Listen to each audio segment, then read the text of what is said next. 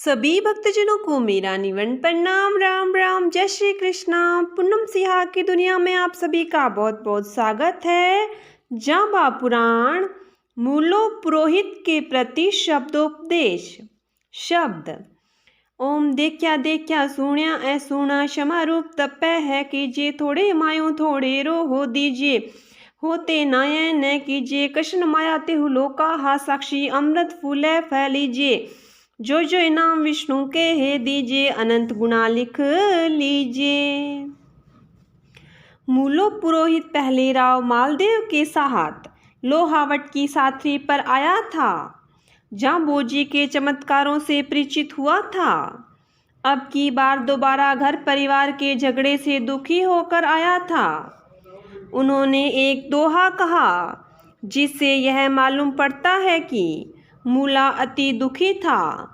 न तो अपने दुख की बात किसी से कह सकता था और न ही कहे बिना रह सकता था। यदि किसी के कहे तो भी उसकी समस्या का कोई समाधान नहीं था।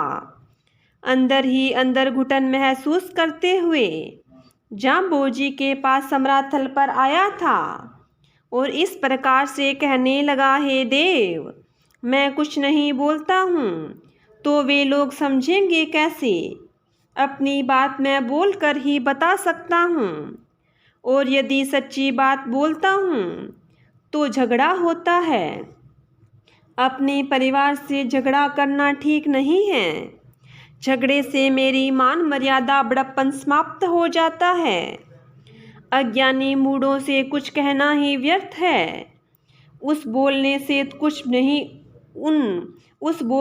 कुछ भी नहीं होगा। इसलिए मूला कहने लगा, ऐसी दशा में मुझे क्या करना चाहिए?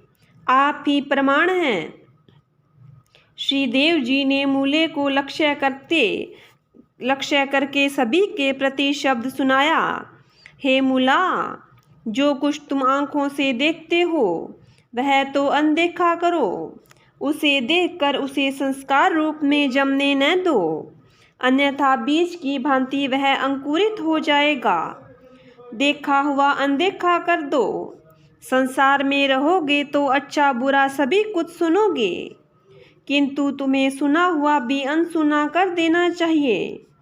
कानों के द्वारा सुना हुआ शब्द भी भीतर जाकर संस्कार के रूप में स्थिर हो जाता है और अब शब्द सुना हुआ तो संस्कार के रूप में बैठा हुआ सदा ही दुख देता रहेगा।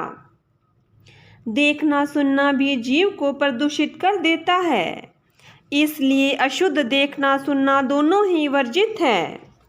शुद्ध देखना सुनना हृदय को पवित्र करके सदा ही आनंदित करता है।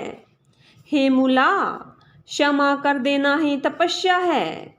अपने आप को संयमशील बना लेना ही सबसे बड़ा तप है।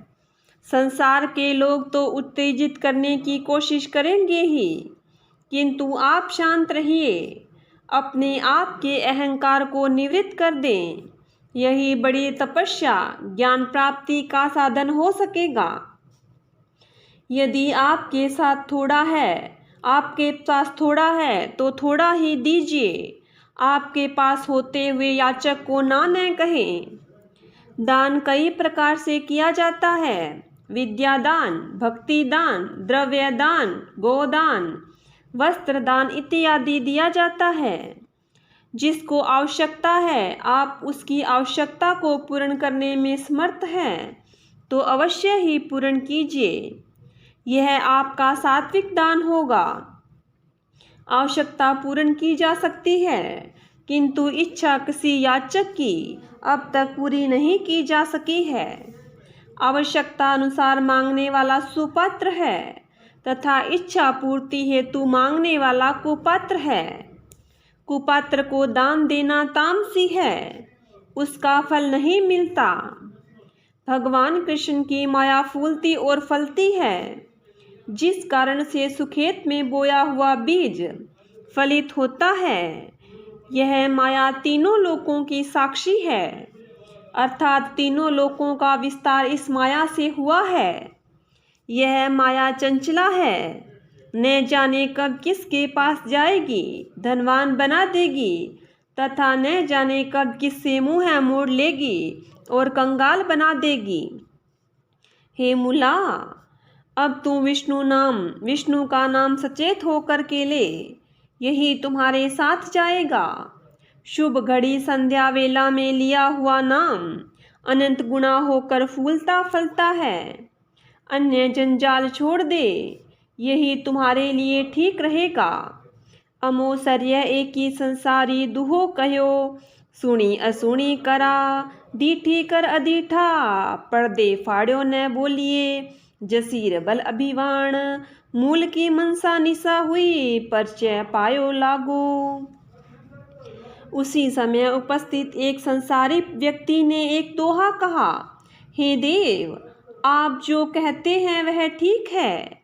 हमें संसार में युक्ति पूर्वक जीवन यापन करने के लिए उटपटांग अप्रिय सुनी सुनाई बात अनसुनी कर देनी चाहिए और गलत आचरण आँखों से देखा हुआ भी अनदेखा कर देना चाहिए, तथा हमें सत्य प्रिय हितकर ही बोलना चाहिए। कभी ऐसी बात न कहें जिससे गुप्त बात का पर्दा उठ जाए। कुछ बातें छिपाने योग्य होती हैं, उसको छिपाना ही चाहिए, तथा कभी अग्रगण्य बनकर चौधराहट नहीं करनी चाहिए। यदि कार्य सुधर गया हो तो उसका यश चौधरी को न देकर स्वयं ऊपर लेंगे, और यदि बिगड़ गया तो सभी लोग अग्रगण्य पुरुष को ही दोष देंगे। मूला जो इच्छा लेकर आया था, जिस बात का समाधान चाहता था, वह इच्छा उसकी पूर्ण हो गई, उसे समाधान मिल गया। श्री देव जी को प्रणाम किया। पुरोहिताही के अहंकार को गिरा करके शुद्ध पवित्र मानव बन के शांति को प्राप्त हुआ। नाथो जी उवाच, हे विला, मैंने वहाँ पर देखा कि उपस्थित जन समूह को जाम्बोजी ने एक पहेली सुनाई। वह इस प्रकार से पहेली सतगुरु जामात्या से कही, कर्षण संथाने पाप की जंत, खल संथाने मुच्यते, खल संथाने पाप की जंत, सो ग्रह संथाने मुच्यते, ग्रह संथाने पाप की जंत, गुरु साथने मुच्यते, गुरु साथने पाप के जंत, जे बजर लेप लिपते, शब्द स्थाने संथाने पाप की जंत, ते बुड़त भवसागरु। सतगुरु ने जमात से पहले इस प्रकार कही, कृषक खेती करता है, अन्न आदि पैदा करता है। खेती करने से अनेक जीवों की हत्या एवं कष्ट होता है। उससे जो पाप होता है वह तो जब खड़ा यानी अनाज लूण चुन करके निकालते हैं तब वह पाप समाप्त हो जाता है, तथा धान निकालते समय गाहटा आदि करने में जो पाप होता है वह अनाज घर ले जाकर रोटी बनाकर सभी को खिलाते हैं तो उस पुण्य से पाप नष्ट हो जाता है। घर में अनाज पीसना, रोटी बनाना आदि से जो चूल्हे चौके में होने वाला पाप, वह गुरु स्थान में जाकर दान पुण्य करने से, शुभागतों को भोजन देने से उस पाप से मुक्त हो जाता है। गुरु स्थान में जाकर कोई दुर्भाव न करे, मानसिक पाप करे तो वह वज्रलेप हो जाता है, छूटना असंभव है। सभी स्थानों में सर्वत्र पाप ही पाप करे तो वह अवश्य ही संसार सागर में डूब जाएगा। इसलिए सावधान होकर सर्वत्र पाप से अवश्य ही बचें। नाथो जी उवाच, उसी समय ही वहाँ पर उपस्थित गोरा बगड़ियाणी पूछ, जाम्बोजी थोड़ा आखर गणो नफो हुए, ऐसा सिखाओ। जाम्बोजी ने कहा। गोरा कहने लगी, हे देव जी, हम लोग अनपढ़ हैं, ज़्यादा अक्षर हमें याद नहीं रहते, थोड़ा अक्षर होवे ऐसा अक्षर ज्ञान हमें बतलावे। जाम्बोजी ने पहेली सुनाई, प्रातः काल में स्नान करना, सुपात्र को दान देना, शुद्ध आचरण करना, हवन करना, विष्णु का जप करना, सत्य प्रिय मधुर वचन बोलना, चारों युगों से चले आ रहे एक ही नियम में स्थिर रहना, देव पूजा करना, यही दान है। बोलिए गुरु जमदेश्वर भगवान की जय। बोलिए विष्णु भगवान की जय हो।